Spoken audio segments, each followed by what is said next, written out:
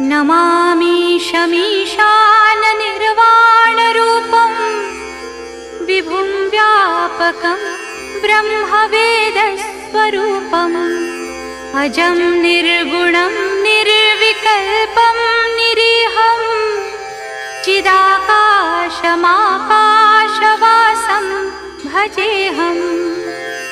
निराकारमोङ्कारमूलं तुरीयं